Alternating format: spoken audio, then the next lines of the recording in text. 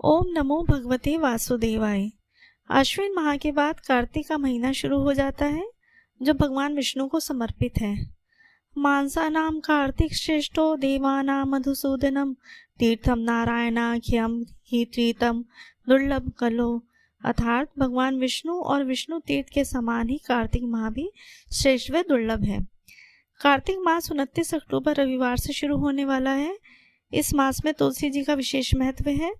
कार्तिक मास में भगवान विष्णु और तुलसी जी को समर्पित है। इस मास में तुलसी पूजा व विष्णु जी की पूजा करना सर्वोत्तम माना गया है। आज के इस वीडियो में हम कार्तिक मास के बारे में जानेंगे। यह मास कब से शुरू होकर कब समाप्त हो रहा है, कार्तिक स्नान का उत्तम समय क्या है, तुलसी जी की पूजा कैसे करें, दीपदान कब और कहाँ किया जाए, कार्तिक मास के नियम क्या है, किन चीज़ों का दान करना चाहिए। अगर आप पूरे कार्तिक मास पूजा नहीं कर पा रहे हैं तो अंतिम 5 व्रत जिन्हें भीष्म पंचक भी कहते हैं उनका व्रत पालन कैसे करें।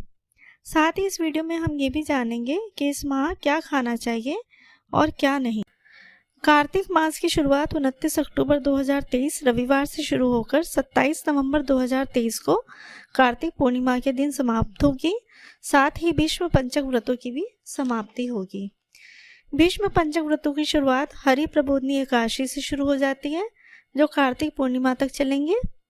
जो व्यक्ति पूरे कार्तिक मास में पूजा करने से किसी कारणवश वंचित रह जाए तो इन भीष्म पंचक व्रतों को करने से साधक को पूरे कार्तिक मास के पुण्य फल की प्राप्ति होती है। आपकी जानकारी के लिए बता दें कि कार्तिक मास की शुरुआत साल के अंतिम चंद्र ग्रहण से हो रही है, क्योंकि चंद्र ग्रहण 28 अक्टूबर व 29 अक्टूबर के बीच लग रहा है। अतः आप कुछ बातों का विशेष ध्यान रखें। चंद्र ग्रहण के पश्चात परिवार के सभी सदस्यों को शुद्धि का ध्यान रखना है। हो सके तो पवित्र नदियों में स्नान करें। यदि ये संभव ना हो तो आप घर के ही जल में गंगा जल मिलाकर स्नान करें। इसके पश्चात भगवान के मंदिर की मूर्तियों को स्नान कराकर उनके वस्त्र बदलें, मंदिर के वस्त्र बदलें, भगवान को सुगंधित पुष्प भेंट करें व विधि विधान से पूजा कर कार्तिक मास के स्नान का भी व्रत का संकल्प लें। चंद्र ग्रहण के बाद आपको दान भी अवश्य करना चाहिए।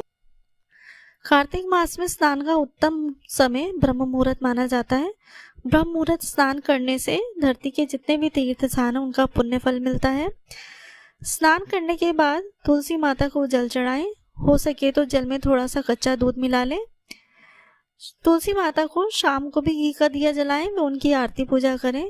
ऐसा माना जाता है जो सच्चे मन से कार्तिक माह में तुलसी जी की पूजा करते हैं उन पर माँ लक्ष्मी की कृपा बरसती है। भगवान विष्णु को तुलसी बहुत प्रिय है, अतः कार्तिक मास में सुबह शाम तुलसी के आगे दिया जलाना चाहिए। परंतु इस बात का ध्यान रखें कि रविवार के दिन तुलसी के पौधों में जल अर्पित ना करें, न जल चढ़ाएं। एक बात का विशेष ध्यान और रखें, कार्तिक माह के दौरान भूलकर भी तुलसी का पत्ता ना तोड़ें। भोग लगाने के लिए तुलसी के पुराने या नीचे गिरे पत्तों का इस्तेमाल करें। कार्तिक मास में दीपदान का बड़ा महत्व है। शास्त्रों में मान्यता है कि ब्रह्म मुहूर्त में स्नान के बाद दीप जलाने से जीवन का अंधकार मिट जाता है। दीपदान किसी नदी, मंदिर, पीपल, चौराहा या किसी दुर्गम स्थान पर करना चाहिए। भगवान विष्णु को ध्यान में रखकर दीप जलाना चाहिए। इसी को ही दीपदान कहते हैं। अब हम जानते हैं कि कार्तिक मास के 7 नियम क्या हैं जिन्हें करने से हर मनोकामना पूरी होती है। सबसे पहला नियम है ब्रह्म मुहूर्त स्नान। दूसरा नियम है दीपदान करना। स्नान के बाद हमें दीपदान करना चाहिए। तीसरा जो नियम है वो है तुलसी पूजा। सुबह शाम हमें तुलसी माता की पूजा करनी चाहिए। उनकी आरती पूजा करने से सभी मनोकामनाओं की पूर्ति होती है। चौथा नियम है ब्रह्मचर्य का पालन। इसमें तामसिक भोजन का त्याग करना चाहिए, मादक पदार्थों का सेवन नहीं करना चाहिए।